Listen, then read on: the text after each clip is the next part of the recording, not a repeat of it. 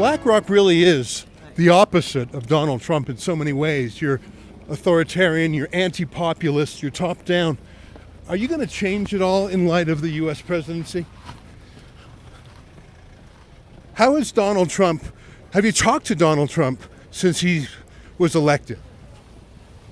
Is the World Economic Forum a counterpoint to Donald Trump?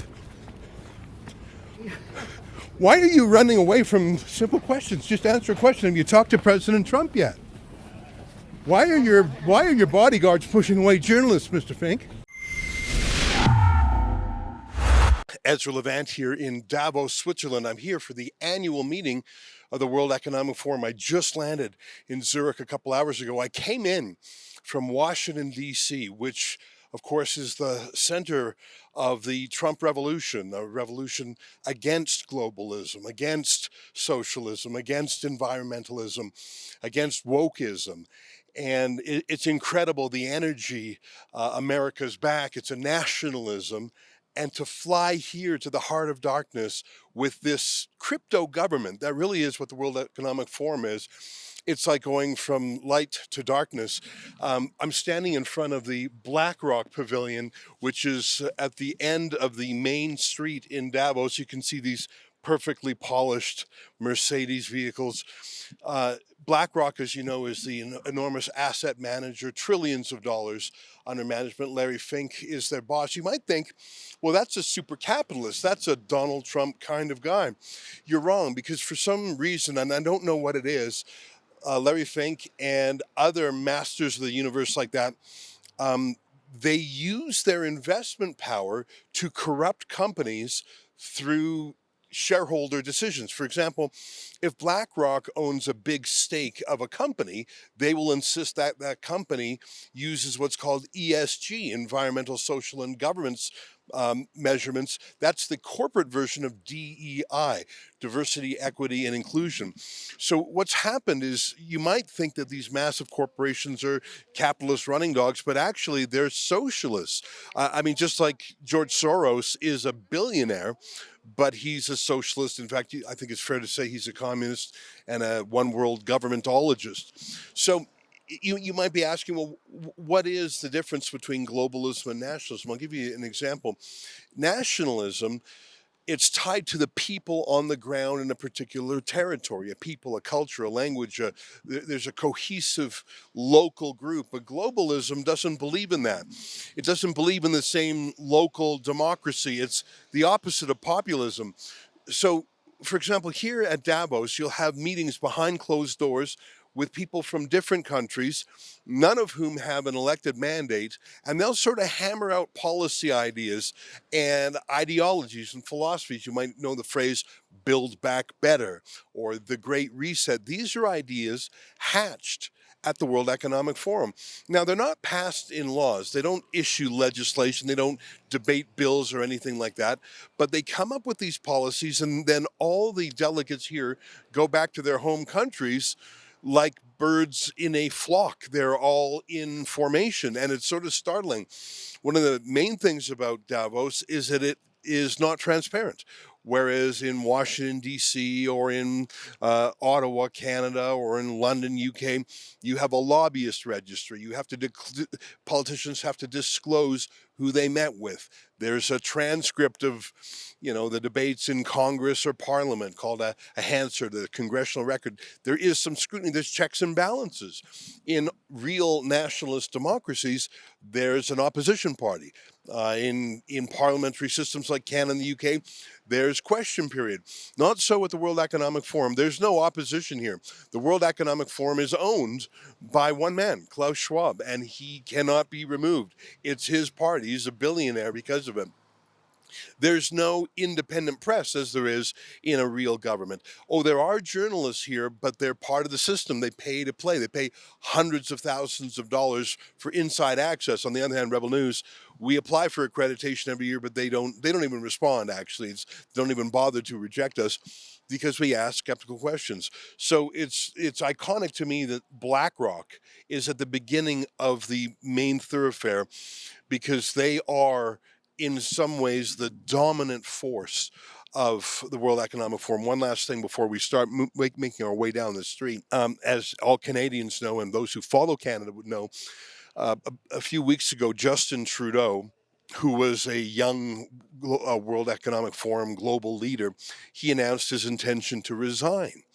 And you might recall that Klaus Schwab had boasted about Justin Trudeau's government that half the members in the cabinet were World Economic Forum. There's that classic phrase where he said, "We have penetrated the cabinet." Here's that. What we are very proud of now, the young generation, like Prime Minister Trudeau, President of Argentina, and so on, that we penetrate the cabinets. So yesterday I was at a reception for Prime Minister Trudeau, and I know that half of this cabinet, or even more half of this cabinet, are actually young global leaders of the World Economic Forum. Well, you might think that Klaus Schwab is losing his right-hand man in Canada, Justin Trudeau, but the two leading candidates to replace Justin Trudeau, Chrystia Freeland and Mark Carney, both of them are World Economic Forum directors or former directors. I don't know how that was even possible for Chrystia Freeland to maintain her position as a World Economic Forum governor while she was a member of the Canadian cabinet. Such a clear conflict of interest. But don't worry about Klaus Schwab. With Trudeau gone, he's got a choice between two World Economic Forum prime ministers, and I'm afraid the next Prime Minister of Canada will be like the last Prime Minister of Canada, a World Economic Forum pawn. Sort of like the king is dead, long live the king. Justin Trudeau will be gone, but a new puppet will be put in place. It's interesting to me that Pierre Poilievre, the leading candidate, the head of the Conservative Party, most likely to win 46% in the polls right now, has said that he will not permit his cabinet to come to the World Economic Forum because it's not a democratic place. And same thing with Alberta's popular Premier Danielle Smith. She says that the kind of power-hungry boastfulness of manipulating the world. I mean, Klaus Schwab really is a Dr. Evil character. That she would not have her cabinet come here as well. So that's why we're here. We're here because so many of the decisions in our lives are made here in Davos. And we're here because they don't want us here. And we're here because there are very few, if any, other independent media here. So I hope that in the course of our time here, you'll see things you don't see anywhere else. I just arrived myself because I was in Washington for the inauguration. I'm glad I was there. A year ago, the only two words on anyone's lips here were Donald Trump and Elon Musk, and it turns out that those two men succeeded. It'll be curious to me what the spirit of the World Economic Forum is, especially given that Trump has said he will address them, not in person, but by video. It'll be interesting to me, do these masters of the universe try to push back against Trump, try to stop Trump and block him, or do they go with the flow and try and profit off it? It'll be interesting to me to see. Some companies are indeed peeling back their ESG globalism.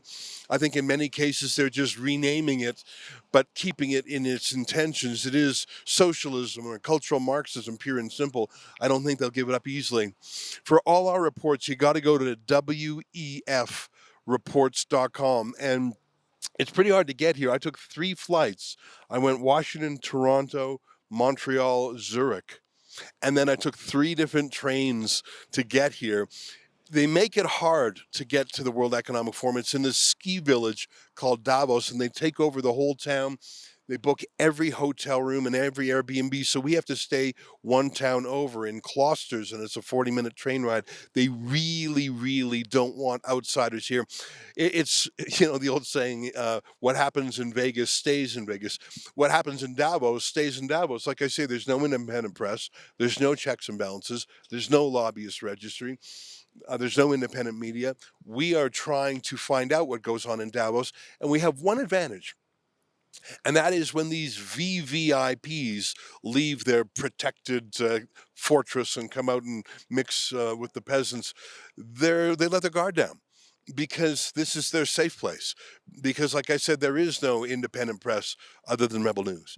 So when we actually encounter these very, very important people, not that many of them choose to talk with us, but we at least have the chance to put questions to them. in a way that we wouldn't in other jurisdictions. In Canada, as you may know, my colleague David Menzies was arrested 5 times in 2024 just for asking questions of politicians, including asking questions of the aforementioned Chrystia Freeland, one of the candidates for Prime Minister. What I like about Davos is that the Swiss police have a very light touch. And as long as you don't threaten a VVIP or touch them, they'll let you ask them whatever questions you like. So it actually is a very journalist-friendly culture in Switzerland, even if it's hard to get here to Davos. All right, that's my introduction. I'm delighted to be here. I'll get over the jet lag. We got work to do. I'm going to go meet up with my colleagues, Avi Yamini and Sheila Gunn-Reid. Check out all our work at wefreports.com. And if you can chip in to our economy class airfare to get here, boy, I'd be grateful to it. I mean, they make it tough to get here. They make it expensive. We're doing some home cooking to keep the prices down. And of course, there's a cafeteria there that we sort of warm up in. If you can help us out, please do. All right, we'll keep you posted at wefreports.com.